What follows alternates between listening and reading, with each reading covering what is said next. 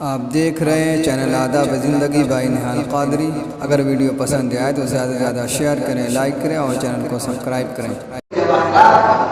یہ سب آسمان قیمتی ہیں، معمولی چیز نہیں، قیمتی قسم کے پتھر کے ہیں، کوئی یاقوت ہے، کوئی سونے کا، کوئی چاندی کا۔ اب یہ پہلا جو آسمان ہے یہ ہر طریقے سے بند ہے، کسی طرف سے کھلا نہیں ہے، اور اس میں دروازے بھی لگے ہوئے ہیں۔ اسی لیے قرآن کریم نے کہا کہ اگر تم آسمان سے نکلنا چاہو تو نہیں نکل سکتے مگر سلطان کی مدد سے، چونکہ یہ ہر طرف سے بند ہے، اور اسی آسمان کے اس گھیرے میں تمام کہکشاں ہیں، جال ہے، تمام عالم ہے۔ اب اندازہ لگا کہ کتنی اس کی لمبائی چوڑائی ہے، یہ کتنا بڑا گولا ہے۔ اس گولے میں ہماری کائنات اتنی بڑی ہے، اور پھر چاند اور سورج کے بارے میں کہا جاتا ہے کہ اس کا گولا اتنا بڑا ہے کہ ہماری دنیا جیسی کئی دنیا اس کے اندر سما سکتی ہے۔ اب پروردگار عالم میں نظام قدرت اتنا بڑا یہ گولا ہے۔ اب اس کے بعد والا آسمان اس سے بھی کہیں زیادہ بڑا ہے، اور جتنی اونچائی ہماری زمین سے اس آسمان کی ہے اس سے بھی کہیں زیادہ اوپر والا آسمان، اس کے درمیان کی خلا، اس کے درمیان کی دوری ہے مسافت، اور اس کے بعد والا اس سے زیادہ، اس کے بعد والا اس سے زیادہ، یہ سات پرتوں میں بنے ہوئے ہیں، لیکن سب میں دروازے اور سب پر ہیں، سب پر فرشتوں کی جماعت ہے۔ لیکن اس روئے زمین پر ہم اور آپ، فرشتے بھی، عالم جنات بھی، تمام کائنات ہیں، تمام عالم ہیں، عالم ارواح بھی، سب کچھ ہے، لیکن اللہ کے رسول صلی اللہ علیہ وسلم کی شان یہ ہے وما ارسلناک الا رحمۃ للعالمین۔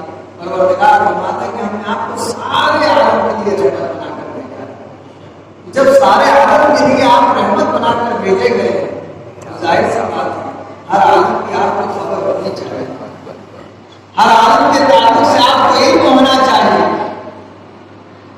رحمت کا کیا معنی؟ آمانہ، کسی کے کام آنا اور کسی کا دکھ دور کر دینا۔ اگر آپ کو کوئی کام آتا ہے تو آپ کہتے ہیں کہ آپ کو میرے لیے رحمت بن کر آئے، کہ آپ کے ذریعے سے میرا اتنا بڑا کام ہو گیا، ورنہ میں بہت پریشان تھا۔ تو سارے کام تو سرکار کے ذریعے سے بن رہے ہیں، اور ایسے کام بن رہے جس کو دنیا کا کوئی انسان نہیں بنا سکتا، وہ کام ہمارے سرکار کے ذریعے سے بن گئے۔ تو آپ رحمت للعالمین اس عالم میں بھی ہیں اور دوسرے عوالم میں بھی آپ ہیں۔ اس سلسلے میں ایک روایت ہم کو یاد آتی ہے جس کو سبع سنابل میں مصنف نے ذکر کیا ہے کہ ایک مرتبہ جبریل امین بارگاہ رسول میں حاضر ہوئے اور آپ امامہ شریف مانگ رہے تھے۔ اس وقت سرکار نے پوچھا جبریل وہی کہاں سے آتے ہیں؟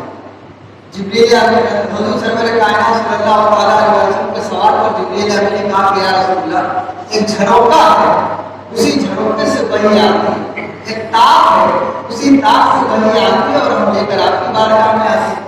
کہا جبریل کبھی اس میں جھانک کر دیکھا تو اس کو اس طرف کیا ہے؟ جبریل نے کہا کہ نہیں۔ کہا جاؤ دیکھو۔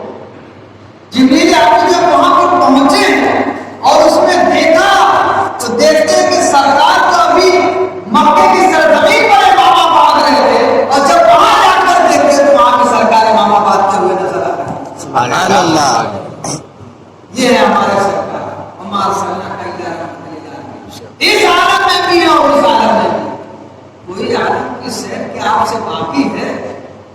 آپ تمام عالم کی سیر کر چکے ہیں، لیکن یہ خاص موقع ہے، پروردگار عالم کو سب کو دکھانا ہے، فرشتوں کو بھی دکھانا ہے، جبریل امین کو بھی دکھانا ہے، پوری کائنات کو دکھانا ہے کہ دیکھو ہم اپنے حبیب سے کتنا پیار کرتے ہیں، کتنا چاہتے ہیں، کتنی محبت فرماتے ہیں اس سے، کہ ہم نے جبریل امین جیسی شخصیت کو بھیجا ہے، 70,000 فرشتوں کو بھیجا ہے ان کو بلانے کے لیے۔ بہرحال جب دوسرا آسمان آیا، دستک دی گئی، دروازہ کھولا گیا، وہاں پر حضرت یحییٰ اور حضرت عیسیٰ سے ملاقات ہوئی۔ ان لوگوں نے بھی ویلکم کہا، خوش آمدید کہا، مرحبا کہا، اور پھر آگے بڑھے۔ تیسرا آسمان آیا،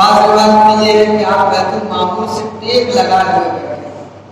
اب یہ بیت المعمور 7واں آسمان، 6 آسمان گزر گئے، اب یہ 7واں آسمان ہے۔ وہاں پہ دروازے پر دستک دی گئی، دروازہ کھولا گیا، حضرت ابراہیم علیہ السلام بیت المعمور سے ٹیک لگائے ہوئے ہیں۔ آقا نے پوچھا جبرائیل یہ کون ہے؟ کہا یہ آپ کے جد امجد سیدنا ابراہیم علیہ السلام ہے۔ تو آقا فرماتے ہیں کہ جب میں قریب گیا تو آپ نے فرمایا مرحبا بالابن صالح والنبی صالح، آپ کا آنا مبارک ہو، خوش آمدید خوش آمدید۔ اور پھر بیت المعمور کے تعلق سے فرمایا کہ بیت المعمور یہ وہ جگہ ہے جہاں 70,000 فرشتے روزانہ اس کے اندر داخل ہوتے ہیں، اور جب وہ اس سے باہر نکلتے ہیں تو پھر ان کی باری نہیں آتی۔ فرشتوں کی اتنی تعداد ہے کہ 70,000 فرشتے روزانہ اس میں جاتے ہیں، اور جب وہ اس سے باہر نکلتے ہیں تو پھر ان کی باری نہیں آتی، پھر دوسری جماعت جاتی ہے۔ یہ بیت المعمور آقا نے ایک روایت میں نے پڑھا، حضور سرور کائنات صلی اللہ علیہ وسلم نے فرمایا میں نے وہاں پر ایک جماعت کو دیکھا کہ اس کے جسم پر سفید لباس ہے۔ میں بیت المعمور کے اندر گیا، ظاہر سی بات ہے پروردگار عالم نے آپ کو اپنی نشانیاں دکھلانے ہی کے لیے جو بلایا ہے، تمام عالم کی سیر کرانا مقصد ہے۔ اب بیت المعمور میں آپ اندر نہ جائیں تو پھر یہ سفر تو ادھورا رہ جائے گا کہ میں نے بیت المعمور نہیں دیکھا۔ بیت المعمور کے آپ اندر تشریف لے گئے، وہ جماعت بھی آپ کے ساتھ گئی اور وہاں پر اللہ کی عبادت بھی گئی۔ پھر آپ وہاں سے تشریف لائے تو فرماتے ہیں پھر وہ مقام آیا جس کو سدرا بولتے ہیں، اور سدرا کے مقام پر ایک ایسا درخت تھا کہ جس کے پتے ہاتھی کے کان کے مثل تھے، اور ایک روایت میں یہ کہ اس کے پتے اتنے بڑے تھے کہ پوری امت اس کے سائے میں آ جائے۔ ایک روایت میں یہ بھی کہتا ہے، اور یہ بھی فرمایا کہ وہاں پر میں نے 2 نہریں دیکھی، ایک تو پوشیدہ تھی اور ایک ظاہر تھی۔ تو جو ایک ظاہر نہریں تھی، 4 نہریں وہاں پر دیکھی، 2 پوشیدہ 2 ظاہر۔ جو پوشیدہ تھی وہ جنت میں جا کر ملتی ہے، اور جو ظاہر تھی ایک کا تعلق دریائے نیل سے اور دوسرا کا دریائے فرات سے۔ اور ایک روایت میں یہ ہے کہ میں نے ایک نہر دیکھی جس کو سلسبیل کہتے ہیں۔ بتلانا مقصد یہ ہے کہ یہ روایتیں جو مختلف ہیں، ایسا نہیں ہے کہ دونوں میں ٹکراؤ ہے، مطلب یہ ہے کہ وہ بھی نہر دیکھی اور یہ بھی نہر دیکھی، ایک ہی طرح کی نہر نہیں تھی۔ سلسبیل بھی ہے، کوثر بھی ہے، تمام قسم کی نہریں ہیں، شہد کی نہر بھی ہے، دودھ کی نہر بھی ہے، تمام نہروں میں آپ نے زیادہ کی تمام چیزیں آپ کو دکھلائی گئی۔ اللہ کے مقدس رسول صلی اللہ علیہ وسلم وفات الجنان میں نے ایک روایت پڑھی کہ جب وہاں پر آپ پہنچے تو سدرا کے پاس ایک درخت تھا، اور یہ واقعہ کچھ کیوں ہے کہ حضرت عبداللہ ابن عباس رضی اللہ تعالیٰ عنہ فرماتے ہیں، اس روایت کو طب نبوی میں روایت کیا گیا ہے۔ فرمایا کہ ایک انصاری صحابی نے دعوت دی تھی سرکار کو، میں بھی سرکار کے ساتھ اس دعوت میں گیا۔ اس انصاری صحابی نے جو ضیافت میں پیش کیا ہے تو اس میں بیگن کی سبزی تھی اور کدو کی سبزی تھی، یہ 2 چیزیں دسترخوان پر لے آیا۔ اب یہ 2 چیزیں جب آئیں گی تو حضور سرور کائنات صلی اللہ علیہ وسلم نے بیگن کی طرف ہاتھ بڑھایا، اس کو کھایا جائے، تناول کیا جائے۔ ایک صحابی رسول نے کہا کہ لا تاکلوا باذقان، اللہ کے رسول آپ بیگن نہ کھائیے، فإنہ یحجب بالرقا، بے شک یہ جسم کے اندر گیس بناتا ہے، اور سودا اور پت کو بڑھا دیتا ہے، اور یہ بیماریاں پیدا کرتا ہے۔ جیسے آج بھی کہتے ہیں جن کو بیگن پسند نہیں، بہت سے لوگ ہیں یہ بہت بھاری ہوتا ہے اور اس کی خرابیاں بیان کرتے ہیں، لیکن نہیں، جیسا آپ اس کو سمجھ کر کھائیں تو ویسا ہی کام ہے۔ یہ روایت بتا ہے جیسے اس صحابی رسول نے کہا کہ لا تاکل باذقان، اور اس نے یہ جو خرابیاں صحابی رسول نے اس کی بتلائی، آقا نے فرمایا ماں ماں ماں، اے اللہ کے بندے ایسا نہ کہو، ایسا نہ کہو، ایسا نہ کہو۔ کیوں نہ کہو؟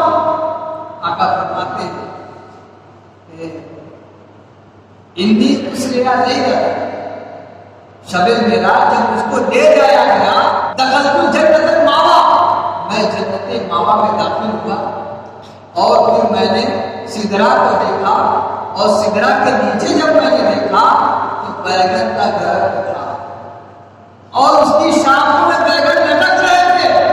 میں نے پوچھا جبرائیل البازی جان جبرائیل یہاں یہ بیگن جبرائیل نے کہا کہ ہاں یا رسول اللہ اول شجر یہی سب سے پہلا درخت ہے جس نے اللہ کی وحدانیت کی گواہی دی ہے اور آپ کی رسالت کی گواہی دی ہے.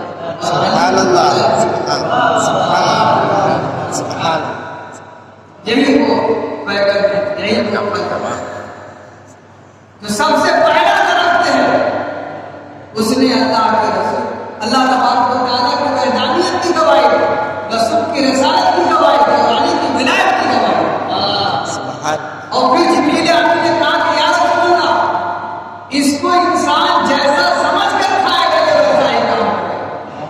فرماتے ہیں من عقل علی انہا داؤن اگر کسی نے یہ سمجھ کے کھایا کہ اس سے بیماری پیدا ہوتی ہے تو یقیناً تو اس کو بیمار کرے گا. اور پھر فرماتے ہیں اگر کسی نے یہ سوچ کر کھایا کہ اس سے شفا ملتی ہے تو یقیناً اس کو پروردگار شفا دے گا. سبحان اللہ. یہ اس بیگن کے درخت کی جو شہادت تھی اس شہادت کی یہ برکت ہے کہ اور سبزی کے متعلق مجھے نہیں کہا کہ جیسا سمجھ کر کھاؤ گے ویسا ہی وہ کام کرے گا. لیکن اس کے تعلق سے اللہ کے رسول کی یہ روایت ملتی ہے کہ جیسا سمجھ کے کھاؤ گے ویسا ہی وہ کام کرے گا. بہرحال اس سدرا پر سرکار فرماتے تو میں نے دیکھا کہ بازی جان اپنی اپنی شاخوں میں لٹک گئے. عجیب خوشنما منظر تھا دیکھ کر حسن و جمیل منظر لگ رہا. اب وہ مقام آیا جہاں پر جبریل امین ٹھہر گئے. اتنے ہی پر بس نہیں بہت سارے عجائب و غرائب دکھلائے گئے. ایک روایت مجھے اور یاد آ گئی. سرکار نے ملک الموت کو وہاں دیکھا اور ملک الموت کا معاملہ یہ تھا کہ دیکھ کر ایسا معلوم ہوتا تھا کہ بہت غصے اور ظاہر سی بات ہے ایسے کام جو ان کو معمول کیا گیا تو وہ کام مجھ سے ہی والا کہ کوئی کتنوں رہ کے میرے کچھ مجھے مدد دے دیجیے. ابھی میرے بال بچے چھوٹے ہیں ابھی مت میرے روح نکالیے لیکن کسی کی ایک نہیں سکے گویا کہ رام نام کی چیز نہیں ان کے اندر تو چہرے پر بھی ہمیشہ شکن پڑی رہتی. آقا نے دیکھا پوچھا جبرائیل یہ کون ہے یہ تو بڑے مسافر معلوم پڑتے ہیں پیشانی پر شکن ہے لگتا ہے کہ بہت ہی غصے میں. جبریل امین نے کہا کہ یار اس کا یہ بہت اسرائیل کا اچھا کہ اسرائیل ہے چلو چلو مجھے ان سے کچھ کہنا ہے. اب دیکھیے جبرائیل جب آپ کے پاس آئے وہاں کی امت کا خیال ہے. اب ساتویں آسمان پر ہے وہاں کی امت کا خیال ہے. کیا کہا چلو جبرائیل کے پاس مجھے کچھ ان سے کہنا ہے. ملک الموت کے پاس آئے آپ ملک الموت ہے اسرائیل نے کہا ہاں یا رسول اللہ آپ کو جانتے ہیں. آقا نے فرمایا سنو مجھے آپ سے کچھ کہنا ہے آپ کو سب کو آپ کو یہ جو بھی کہنا ہے. آقا نے فرمایا کہ دیکھو میرے امتیوں کی روح نرمی سے میرے امتی کا جب آخری وقت آ جائے تو سختی نہ برتنا. ان کی روح کو جب قبضے کرنا ہو وہ صاحب ایمان ہے میرے ماننے والے ہیں ان کے ساتھ نرمی اختیار کرنا اس ڈھنگ سے ان کی روح کو قبضے کرنا کہ ان کو تکلیف نہ ہو. اب اسرائیل نے کہا کہ اللہ کے حبیب آپ قبیلہ خاطر نہ ہو شکستہ دل نہ ہو آپ غمگین نہ ہو اداس نہ ہو. آپ اللہ کے حبیب ہیں. پروردگار عالم نے مجھے پہلے ہی سے بات کا حکم دے رکھا کہ دیکھو میرے حبیب کے امتیوں کی میرے حبیب کے چاہنے والوں کی جب ان کو قبض کرنا تو نرمی اختیار کرنا سختی اختیار کرنا. اللہ کے رسول صلی اللہ علیہ وسلم بہت نہیں ہو گئے. پروردگار پروردگار عالم میری محبت کا یہ صلہ دیا ہے کہ میرے مخلوق کی روح کو نرمی کے ساتھ قبضہ کرنے کا حکم دے دیا۔ مسلمانوں کو غور کرو، ہر قدم پر اللہ کے رسول ہمارا اور آپ کا پاس و لحاظ کرتے ہیں، ہمارا خیال ان کو سجدے میں ہے تو ہمارا خیال آسمان پر ہے تو ہمارا خیال زمین پر ہے تو ہمارا خیال اللہ کی بارگاہ میں ہے تو ہمارا خیال، لیکن آج ہمارا کیا حال ہے؟ کبھی اپنے بارے میں سوچا سرکار پر کیا بیتتی ہو؟ جس امت کے لیے ہم نے اتنی تکلیفیں سے، جس امت کے لیے ہم خدا کی بارگاہ میں گئے اور وہاں بھی اپنی امت کام نہیں ہوئی، ملک الموت سے بھی اپنی امت کے بارے میں کہا، جبریل امین سے بھی کہا، اور وہی میرا امتی آج بھی نافرمانی کرتا ہوا نظر آ رہا ہے، نمازوں سے دور ہے، شریعت سے دور ہے، غیروں کے طریقے کو اپنا رہا ہے۔ مسلمانوں سوچو اور کیا ہم جتائیں گے ہم اللہ کے رسول، کیسے ہم اللہ کے رسول کے سامنے جائیں گے؟ ابھی اس کے بارے میں ہم نے نہیں سوچا۔ آخر جانا ہے ضرور اللہ کے حبیب کے سامنے، میدان محشر ہوگا، تمام لوگ سامنے ہوں گے، اللہ کے رسول کی بارگاہ میں ہمیں جانا ہوگا، تو کیا ہم لے کر ہم اللہ کے رسول کی بارگاہ میں جائیں؟ کہیں آقا یہ کہہ دیں کہ تو میری شریعت کا نافرمان تھا، تو میری سنتوں پر عمل پیرا نہیں ہوتا تھا، سنتوں کو سنتا تھا لیکن تو اس پر عمل نہیں کیا، تو غیروں کے طریقوں کو اپناتا تھا، پھر کیسے ہماری عاقبت کر پائے گی؟ اور سوچو ذرا اس نبی رحمت کی جو محبت ہمارے دلوں میں ہے اس کے تعلق سے سوچو، اور اللہ کے رسول کی سنتوں پر عمل کرنے کی کوشش کرو اور فرائض الہیہ پر عمل کرنے کی کوشش کرو۔ بہرحال اب جب وہ مقام آتا ہے، اسرائیل سے بھی بات ہو گئی امت کے تعلق سے، اب جبرائیل سے دوسری بار پھر امت کے تعلق سے بات ہوتی ہے۔ جبرائیل جب ٹھہر گئے، یا رسول اللہ اس سے آگے میں نہیں بڑھ سکتا، اگر ایک بات کے برابر بھی آگے بڑھا تو میرے یہ 70,000 بازو جو پرانی ہے یہ سب جل کر خاک ہو جائے۔ آقا نے فرمایا ایت رکل خلیل خلیل مثل حاضر مقام، اے جبرائیل دنیا سے تم میرے ساتھ ساتھ آئے۔ میں پوچھتا تھا جبرائیل یہ کیا ہے، میں پوچھتا تھا جبرائیل یہ کون ہے؟ اب ایسے مقام پر پہنچ کر کیا ایک دوست کا ساتھ چھوڑ دیتا ہے؟ بھلا بتاؤ، تم دنیا سے ساتوں آسمان کی سیر کراتے ہوئے میرے ساتھ ساتھ آئے، اب اس مقام پر کہہ دو کہ یا رسول اللہ میں آگے نہیں بڑھ سکتا۔ ایت رکل خلیل خلیل، شفاء الصدور کے حوالے سے یہ روایت بیان کی گئی ہے کہ آقا نے فرمایا کیا ایسے مقام پر پہنچ کر دوست اپنے دوست کا ساتھ چھوڑ دیتا ہے؟ ایسے وقت میں تو دوست کی اور ضرورت ہے، تب اس کے آگے کچھ نہیں ہے۔ آقا فرماتے ہیں کہ جب آگے پڑھنے لگے تو آقا نے فرمایا کہ جبرائیل حل لگا من حاضر، دنیا سے میں تمہارے ساتھ ساتھ آیا ہوں۔ یہ پوچھتا تھا کہ یہ کیا ہے یہ کیا ہے، حالانکہ ایسا نہیں کہ حضور جانتے ہیں، سارے راستے ساری راہیں آپ کو دیکھی ہوئی ہے، سب کچھ آپ کو پہلے ہی سے بتایا گیا دکھایا گیا ہے، آپ کو پہلے اوپر ہی رہتے تھے، بارگاہ الہی میں رہا کرتے تھے، لباس بشری میں دنیا میں آئے تو اس کا یہ مطلب نہیں کہ آپ سب بھول گئے۔ پروردگار عالم نے آپ کو وہ علوم عطا فرمائے اور وہ قوت کاشفہ عطا فرمائی ہے کہ آپ پروردگار عالم کے جمال اعلیٰ کا دیدار کرتے رہے۔ بہرحال اب جبرائیل کی باری آ گئی کہ جبرائیل بھی اپنی حد کو دیکھ لیں کہ میری حد کیا ہے۔ آقا فرماتے جبرائیل حل لک من حاجت، اب تم اپنی ضرورت بتلاؤ، اب تم اپنی ضرورت بتلاؤ، تمہاری کوئی حاجت ہے؟ اب تک تو میں نے کہا کہ چلو ملک الموت سے مجھے ملنا ہے، اسے کچھ کہنا ہے، اور میں یہ کہتا تھا کہ یہ کون ہے یہ کون ہے یہ کون سی جگہ ہے، لیکن اب یہ وہ مقام ہے جبرائیل کہ اب تمہاری اگر کوئی ضرورت ہو تو مجھے بتلا دو، میں بارگاہ الہی میں پیش کر دوں گا۔ اللہ اکبر، جبرائیل امین نے جو مانگا ہے تو وہ بھی سرکار کے عالم شریفہ کو دیکھ کر سمجھ گئے کہ آقا کو کون سی چیز سب سے زیادہ پسند ہے۔ جبرائیل امین نے کہا کہ یا رسول اللہ بس میرا سوال یہ ہے، میں یہ چاہتا ہوں کہ بارگاہ پیش کر کہ جبرائیل یہ چاہتا ہے کہ جب آپ کی امت پلسرات سے گزرنے لگے تو جبرائیل اپنے بازوؤں کو اس پر پھیلا دے تاکہ آپ کی امت آسانی سے پلسرات سے گزر جائے۔ سبحان اللہ، یا رسول اللہ میری یہی خواہش ہے، یہی تمنا ہے۔ آقا نے فرمایا ٹھیک ہے۔ اس کے بعد آقا فرماتے کہ مجھے 70,000 حجابات کے اندر ڈال دیا گیا۔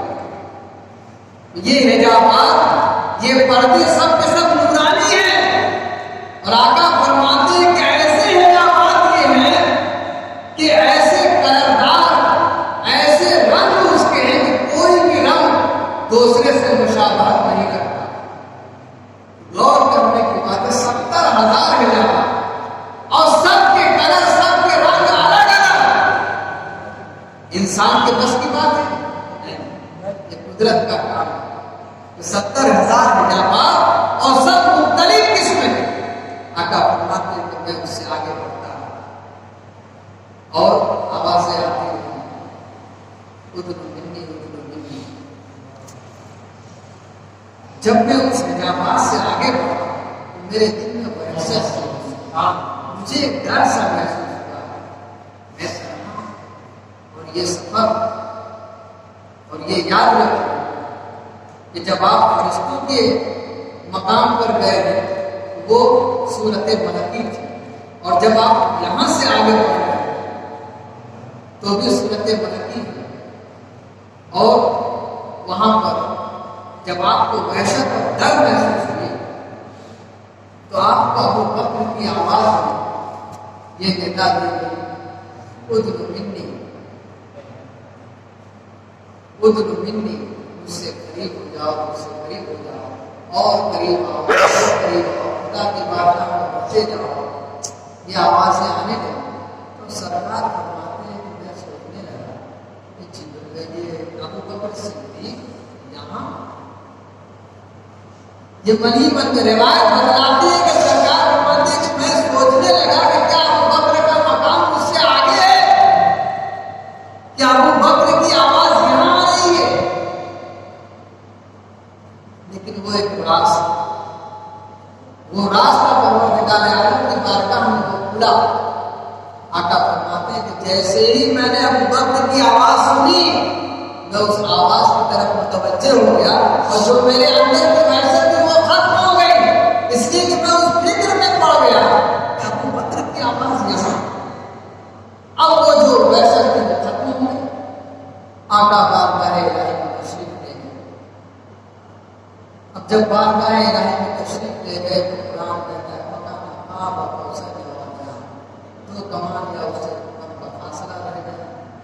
اب بارگاہ الہی میں آ گئے، تب صورت حقیقی تمام چیزیں جو کیفیت ملکیت تھی وہ بھی ختم ہو گئی، کیفیت جو بشریت تھی وہ بھی ختم ہو گئی۔ اب آپ ایک نورانی شکل صورت حقیقی ہے جس کو زبان کے اندر اتنی طاقت نہیں کہ انسان اس کو بیان کر سکے، ہر چیز انسان کے اپنے میں آ جائے ایسا نہیں، بس خدا جانے اس کے رسول ہے۔ اللہ کے رسول فرماتے ہیں کہ پروردگار عالم نے میرے دونوں شانوں کے درمیان میں دست قدرت رکھا، میرے لیے تمام مشاہد و مغارب روشن ہو گئے، تمام چیزوں کو میں نے دیکھ لیا، اور پروردگار نے مجھے وہ علوم عطا فرمایا تو اس میں کچھ علوم ایسے تھے جو سب کے لیے عام تھے، ہر امتی کو بتلانا تھا، اور کچھ علوم ایسے تھے جو اپنے خاص و خاص کو بتلانا تھا۔ یہی ہے علم معرفت۔ آج علم شریعت سب سیکھ سکتے ہیں، سب جان سکتے ہیں، لیکن جس کو علم سینہ کہتے ہیں، یعنی جو بزرگوں سے سینے کے ذریعہ ملا کرتا ہے، وہی علم خاص ہے۔ اس کو آپ کسی عام آدمی سے نہیں پا سکتے، وہ علم سینہ ہے۔ جب بزرگ نوازنا چاہتا ہے تو اپنے سینے سے لگاتا ہے اور نواز دیتا ہے اس کا سینہ۔ یہ وہ علوم ہے جس کو راز رکھا گیا۔ اللہ کے رسول فرماتے ہیں کہ کچھ خاص علوم عطا کرتا ہے، جس کو خاص علوم کو دیا وہ علم اللہ کے رسول نے حضرت علی کو عنایت فرمایا۔ اب وہاں پر پہنچنے کے بعد بہت ساری راز کی باتیں ہوئی، بہت سارے تحفے تحائف ہوئے، اور آقا جب وہاں پہنچے تو ظاہر سی بات ہے، مہمان جب کہیں جاتا ہے تو تحفے لے کر جاتا ہے۔ اب خدا کی بارگاہ میں جو تحفے لے جائیں گے، اللہ جس کو جسمانیات سے پاک ہے، کھانے پینے کی سے حاجت نہیں، تمام چیزوں سے پاک و صاف ہے، تو اب اسے کیا تحفہ دیا جائے؟ تو پھر اللہ کے رسول نے تحفہ پیش کیا، تحیات للہ و صلوات و طیبات، یہ تحفہ بارگاہ الہی میں آپ نے پیش کیا ہے۔ اور فرشتوں نے سن کر پڑھا، والسلام علیکم ورحمۃ اللہ وبرکاتہ۔ التحیات للہ و صلوات و طیبات، والسلام علیکم ورحمۃ اللہ وبرکاتہ، والسلام علی عباد اللہ الصالحین۔ یعنی فرشتوں نے اپنے کو بھی اس میں شامل کیا، اور جب فرشتوں نے اپنے کو شامل کیا تو پھر اللہ کے رسول نے اپنے امتی کو بھی اس میں شامل کروا لیا، علی عباد اللہ الصالحین، اور اللہ کے نیک بندوں پر بھی سلام کی۔ یہ تحفے بارگاہ الہی میں پیش کیا۔ اب اللہ تبارک و تعالیٰ کی بارگاہ میں جب گئے تو ادھر سے جو تحفہ پیش کیا پروردگار بھی کچھ تحفے میں عنایت فرمائے۔ یہ ایک طریقہ ہوتا ہے مہمان نوازی کا کہ جانے والا تحفے لے کر گیا، اور جب وہاں سے لوٹ رہا ہے تو میزبان کو اس کو تحفے میں کچھ دیتا ہے۔ یہ میرا مہمان ہے، اس کو بھی تحفے میں کچھ دیا جائے۔ پروردگار عالم نے بھی آپ کو جو تحفے میں عطا فرمایا ہے، جو راز کی باتیں تھیں وہ تو آپ نے خاص کو عطا کی، اور جو عام تھی، عام جو تحفے تھے وہ نماز تھی۔ آقا پروردگار عالم نے 50 وقت کی جو نماز عطا فرمائی تھی، تو حضور سرور کائنات صلی اللہ تعالیٰ علیہ وسلم خوشی خوشی لے کر چلے گئے۔ یہ اللہ کی عبادت 50 وقت کی نماز، اور آقا تو نماز کے بڑے دلہ دار تھے، رات رات بھر عبادت میں لگے رہتے تھے۔ یا سب کو مل جائے گا نصف قلیلا، ساری رات جب کھڑے رہتے تھے، قیام کرتے تھے، نماز میں کھڑے ہیں اللہ کی عبادت کر رہے ہیں۔ پروردگار عالم کو گوارا نہ ہوا تو کہا کہ کم عبادت کیا ہے۔ تو اب 50 وقت کی جب نماز ملی ہے تو آپ کی خوشی کی کوئی امتحان ہے کہ میرے امتی پر پروردگار نے بڑا کرم فرمایا، لیکن آج امتی کا حال یہ کہ 5 وقت کی خالی فرمائی۔ اللہ کے رسول نے فرمایا بڑا کرم ہے رب العالمین کا کہ اس نے 50 وقت کی نماز ادا کی۔ بہرحال پہنچ جاؤ کہ موسیٰ علیہ السلام پر انہوں نے بھی بہت بڑا کام کیا کہ اپنی امت کو دکھلا کر سامنے رکھ، جب اللہ کے رسول صلی اللہ علیہ وسلم بارگاہ خداوندی سے حضرت موسیٰ کے پاس آئے، حضرت موسیٰ منتظر۔ یہ عجیب معاملہ ہے، سب معراج میں کتنے واقعات اور کتنے راز ہیں، یہ راز جب غور کیا جاتا ہے وہ سنتے جاتے ہیں۔ اب اللہ کے رسول صلی اللہ علیہ وسلم کے لیے یہ منتظر ہے، کون؟ حضرت موسیٰ علیہ السلام۔ کیوں منتظر ہے؟ کہ میں خدا کا تو دیدار نہیں کر سکتا، کم سے کم اس چہرے کا تو دیدار کروں جو بارگاہ الہی میں ڈائریکٹ جا کے پروردگار کو دیکھ رہا ہے، اللہ کی زیارت کر کے منتظر۔ سرکار اکرم صلی اللہ علیہ وسلم حضرت موسیٰ کے پاس جب آئے، اے اللہ کے نبی کیا خدا کرتا ہے؟ موسیٰ 50 وقت کی نماز ملی، یا رسول اللہ 50 وقت کی؟ میرے امتی تو 2 وقت کی نماز نہیں ادا کر پا رہے، اور آپ کی 50 وقت کی کیسے ادا کر پائے؟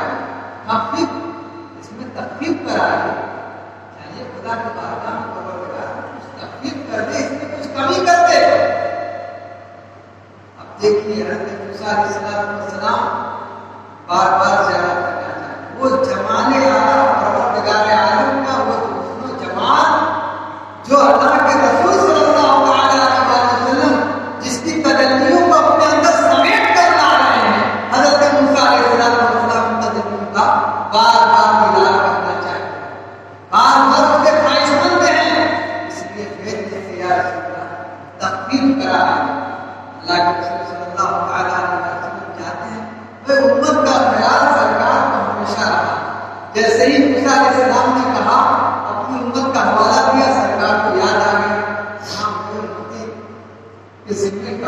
نماز ہے کیسے اتنی ادا کر پائیں گے، چلو کچھ تکلیف کرا بارگاہ الہی میں تشریف لے گئے، پروردگار نے 5 کم کر دی، پھر آیا، پھر زیارت ہو گئی پروردگار کی، اب موسیٰ منتظر ہیں ایک بار پھر ہم زیارت کریں گے اللہ کے رسول بارگاہ الہی سے کرے تو موسیٰ کے پاس آئے، پھر کہا اور تکلیف کرائے، اس طرح آپ نے پڑھا ہوا ہے روایتوں میں کہ وہ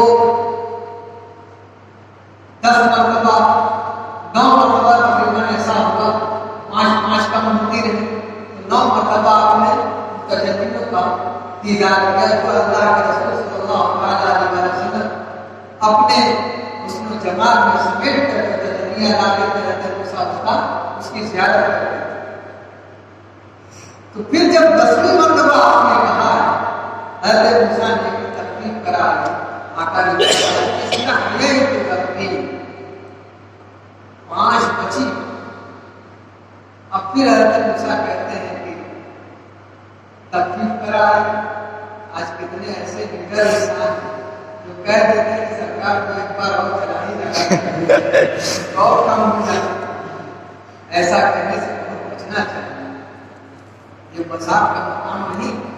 اللہ کے رسول صلی اللہ علیہ وسلم جو 5 وقت کی ملی ہے یہ اللہ کا کرم دیکھیں، سرکار جتنا اپنی امت سے پیار کرتے ہیں پروردگار عالم تو اس سے کہیں زیادہ امت سے پیار کرتا ہے، اس کو اپنے بندوں سے بہت زیادہ محبت ہے، پیار ہے، وہ یہ نہیں چاہتا تھا کہ 50 ہی رہے، وہ جانتا تھا کہ ہم 50 دیں گے، میرے حبیب بھی آئیں گے، اس کی مجھ کو تو اشتیاق ہے، آگ برابر دونوں طرف سے لگی ہوئی ہے، ادھر سے یہ تمنا رکھتے ہوئے حضرت موسیٰ کہ اللہ کے حبیب ادھر جائیں گے اور اللہ تبارک و تعالیٰ کا دیدار کر کے آئیں گے تو ہم ان کی زیارت کریں گے، ان کا دیدار کریں گے، اور پروردگار چاہتا ہے کہ ہم اپنے حبیب کو بار بار بلائیں گے اور میرے حبیب آئیں گے نوازیں گے، دونوں طرف کے لیے معاملہ ہے، اور بیچ میں ہمارا سرکار ہے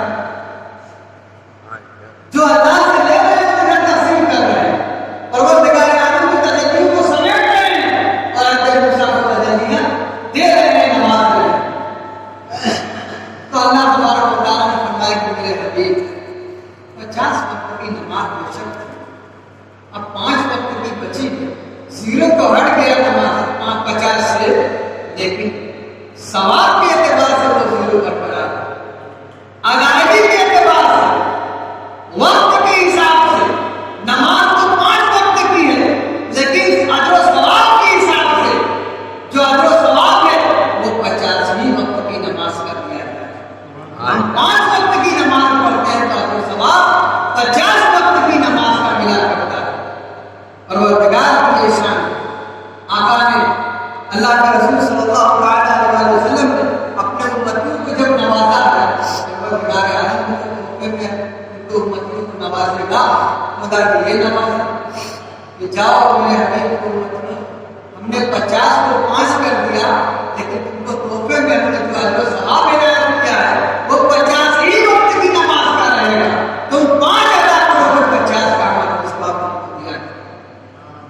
اللہ کے رسول صلی اللہ علیہ وسلم 5 وقت کی نماز لے کر کے آئے، مسلمانوں کو سوچنے کی بات ہے اور کا مقام ہے کہ ایسی عظیم چیز اللہ تبارک و تعالیٰ نے اپنے حبیب کو عطا کی۔ اللہ تبارک و تعالیٰ کے مقدس رسول کی میراث تو یہ تھی کہ اللہ کی بارگاہ میں پہنچے، اور ہماری میراث کے لیے بھی پروردگار عالم نے نماز عطا کر دی۔ میرے حبیب آپ تو میری بارگاہ میں آئے، ہم نے آپ کو بلایا، فرشتوں کو بھیجا، سب سیر کرا دی، لیکن آپ کی امتی ہم کو نہیں دیکھ پائیں گے۔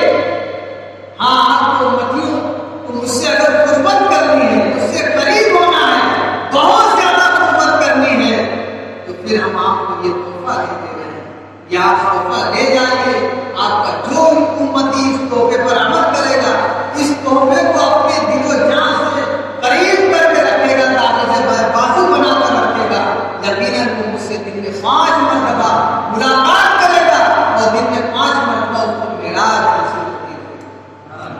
یہ اللہ کے رسول صلی اللہ علیہ وسلم کا کرم ہے، پروردگار عالم کی رحمت ہے، اس نے اپنے حبیب کے ذریعے سے اپنے حبیب کو جو شرف معراج سے نوازا ہے اور ان کو امتی کو بھی محروم نہیں رکھا، ان کو بھی ایک ایسی چیز عطا کر دی کہ تم بھی شرف معراج سے فیضیاب ہوتے۔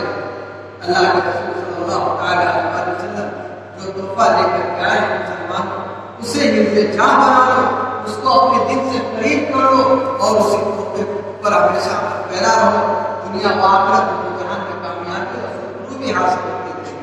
اب آنے کے بعد کے واقعات مولانا آپ کے سامنے بیان کر چکے ہیں اور بہت سارے واقعات ہم اپنے کافی گزر چکے ہیں، آگے حضرت کی تقریر بھی ہونی ہے، بس میں اپنی چند گفتگو کے ساتھ یہ باتوں کو ختم کروں گا کہ جو تحفہ اللہ کے رسول لے کر آئے مسلمان اس سے آج ہم بہت کافی ہیں، بہت کافی ہیں، جبکہ اللہ کے رسول صلی اللہ تعالیٰ علیہ وسلم نے فرمایا ہے کہ نماز کا تارک کافر ہو گیا ہے۔ بعض صحابہ اعظام اس میں مختلف ہیں، عبداللہ ابن مسعود رضی اللہ تعالیٰ عنہ، حضرت عمر بن خطاب رضی اللہ تعالیٰ عنہ، آپ لوگوں کا مسئلہ تو یہی ہے کہ جو قصداً نماز کو چھوڑ کر مسلمان نہیں کافر ہو گیا۔ یہ تو ہمارے امام اعظم ابو حنیفہ کا کرم ہے، تو انہوں نے تھوڑا تفصیل فرما دی کہ نہیں، کافروں والا کام کیا کافر نہیں ہوا، کافروں والا کام کیا اس نے لیکن کافر نہیں کہا جائے۔ لیکن بعض لوگ کا مسئلہ امام مالک، امام شافعی اور امام احمد بن حنبل، ان لوگوں کیا کیا نماز کا تارک جو قصداً نماز کو چھوڑ دیتا ہے فرض جانتے ہوئے تو مسلمان نہیں رہتا، کافر ہو گیا۔ یہ طریقہ شرط طریقہ محمدیہ ہے، کتاب اس میں میں نے دیکھا، اس میں بڑے بڑے صحابہ اکرام کا نام ہے جو اس بات کی طرف ہے، اس مسئلے میں ہے کہ تاریخ صلاۃ قصداً نماز کو چھوڑنے والا مسلمان نہیں رہتا، کافر ہو جاتا۔ اور صحابہ اکرام کی ایک دوسری جماعت ہے جو کہتے ہیں کہ نہیں، کافروں والا کام کیا کافر نہیں۔ اب غور کرنے کی بات ہے، اب اگر آدمی اسی طرح نماز کو چھوڑتا رہے تو اس کا حال کہیں ایسا نہ ہو کہ خاتمہ اس کا اچھا نہ ہو۔ جب نماز چھوڑنے والے کا حال ہی صحابہ اعظام کی ایک جماعت یہ کہہ رہی ہے تو اس سے بہت ڈرنا چاہیے، بہت بچنا چاہیے، اور نماز کی جہاں تک زیادہ سے زیادہ پابندی کرنی چاہیے اور یہ سوچ کر کے بھی کرنی چاہیے کہ میرے آقا کے آنکھوں کی ٹھنڈک اسی نماز میں، تو ہم نماز پڑھیں گے تو رسول اللہ صلی اللہ علیہ وسلم جن سے ہم محبت کرتے ہیں، جن سے ہم پیار کرتے ہیں، اپنے آنکھوں کو ٹھنڈک ملتی رہے گی اور ہمارے آقا کی بارگاہ میں ہماری نماز کے تحفے پہنچتے رہیں گے۔ اس لیے کہ ہفتے میں ایک دن ایسا ہے کہ ہم سب کے اعمال نام اعمال بارگاہ رسول میں پیش ہوتے ہیں اور سرکار سب کے نام اعمال کو دیکھتے ہیں۔ اور کیجیے جب ہمارے نام اعمال پیش ہوتے ہوتے اور جب ہمارے نام اعمال میں سب خرابیاں ہی خرابیاں ہیں، کتنی تکلیف ہوتی ہوگی ہمارے سرکار کو، جس امتی کے لیے، جن کے لیے میں راتوں رات رویا ہوں، جن کو میں نہ فرش پر بھولا نہ عرش پر بھولا، ان کا آج یہ حال ہے، میری شریعت کو پامال کر رہے ہیں، نماز سے غافل ہیں، میری سنتوں کے تاریخ میں چھوڑنے والے ہیں۔ مسلمانوں غفلت کی زندگی نہ جیو، اس سے باہر آؤ، سوچو کہ ہم اور آپ کیا ہیں، ہم صاحب ایمان ہیں، مسلمان کا یہ شیوا نہیں ہے کہ نماز کو چھوڑے، سنتوں کو چھوڑے، اپنے دین پر پوری طرح ڈٹ جاؤ، لگ جاؤ کہ مسلمان ہے، ہمیں دین کا کام کرنا ہے، دنیا کے ساتھ ساتھ اپنے اہل و عیال کے ساتھ ساتھ ہمیں نماز کی پابندی کرنی ہے، سنت رسول کی پابندی کرنی ہے۔ اگر ہم ایسا جذبہ رکھتے ہیں تو ہماری دنیا بھی بہتر ہوگی اور آخرت بھی بہتر ہوگی۔ دعا کرتے ہیں مولا تعالیٰ ہم سب کو دنیا و آخرت دونوں جہان میں سکون اور کامیابی عطا فرمائے اور رسول کائنات صلی اللہ تعالیٰ علیہ وسلم کے صدقے اور خیر میں، ان کے سفر معراج کرنے کے صدقے اور خیر میں، اللہ کی بارگاہ میں پہنچنے کے صدقے اور خیر میں ہم سب کی مغفرت فرمائے اور ہمیں دین کا جذبہ عطا فرمائے اور صحابہ اعظام کے نقش قدم پر چلنے کی توفیق عطا فرمائے۔